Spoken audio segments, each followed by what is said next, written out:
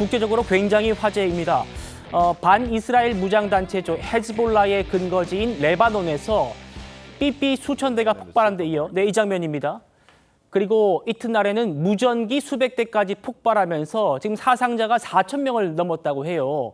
그 배후로 이스라엘의 정보기관 모사드가 강력하게 지목되고 있는 그런 상황인데 권상희 평론가님, 외신들은 지금 이거를 폭탄 삐삐라고 부르더라고요. 이 삐삐가 헝가리 업체가 위탁 생산한 걸로 지금 알려지는데 그 회사가 이스라엘이 차린 위장 회사일 수도 있다라는 보도 봤습니다. 네, 그런 가능성이 지금 제기되고 있는데요.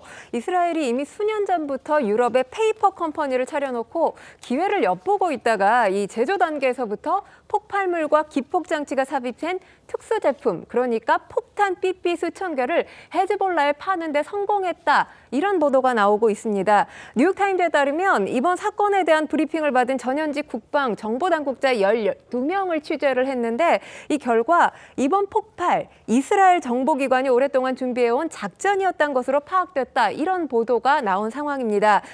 뉴욕타임즈에 따르면 헤즈볼라 수장인 하산 나스랄라가 이 무선 호출기 사용을 확대하기로 결정하기 전부터, 그러니까 이스라엘 당국이 국제 무선 호출기 생산업체로 위장할 수 있는 이 유령 회사 설립 계획을 세우고 있었던 것으로 전해지고 있는데요. 네. 헤즈볼라가 올 들어서 이 수천 개의 무선 호출기를 대만 기업인 골드 아폴로로부터 구입을 했습니다. 골드 아폴로는 헝가리에 본사를 둔 BAC 컨설팅과 계약을 맺어서 무선 호출기를 생산한 것으로 전해지고 있는데, 여기서 이 BAC 컨설팅이라는 회사가 이스라엘 정보당국의 페이퍼 컴퍼니인 것으로 지금 알려지고 있습니다.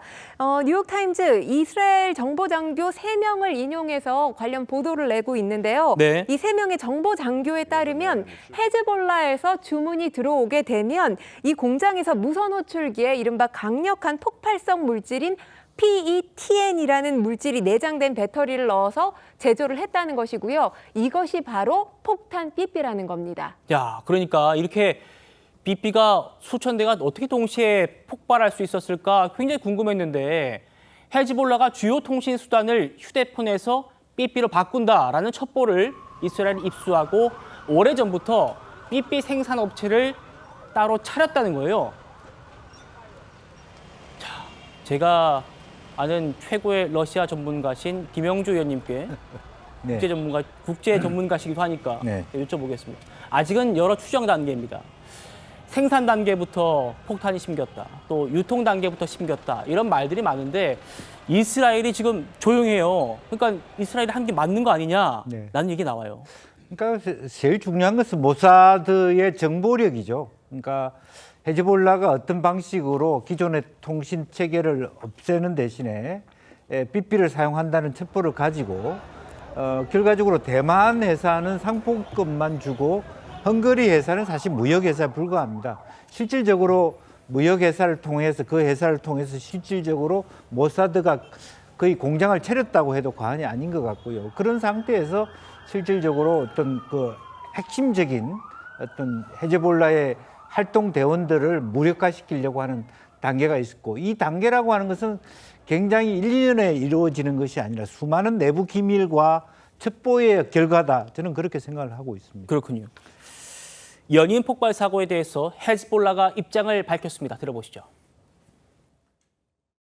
أكد حزب الله أن هذا العدو الغادر والمجرم سينال بالتأكيد قصاصه العادل على هذا العدوان الآثم.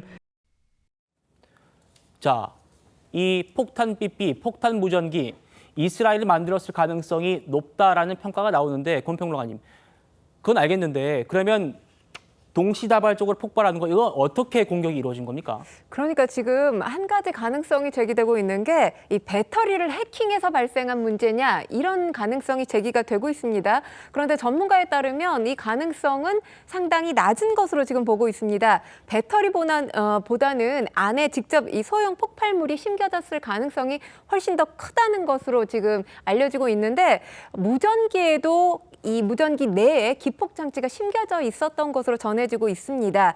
그러니까 이게 아마 같은 통신회사를 통해서 공급된 것이 아닌가, 이런 추정이 제기되고 있는 상황인 겁니다. 그렇군요. 근데 이 무전기, 그러니까 먼저 삐삐가 폭발되고 그 다음 날에 무전기가 또 수백 대 폭발됐는데 그 무전기에서 일본 상표가 발견됐다고 하는데 일본 업체 입장 나왔습니까? 네, 그러니까 이 폭탄 삐삐 때는 대만 업체가 화들짝 놀랐고요. 이번에는 일본 업체가 놀랄 수밖에 없었는데요. 네. 이 폭발한 무선기에 일본 무선통신기 회사죠. 아이콤과 메이드 인 재팬이라고 쓰인 라벨이 붙어 있었습니다.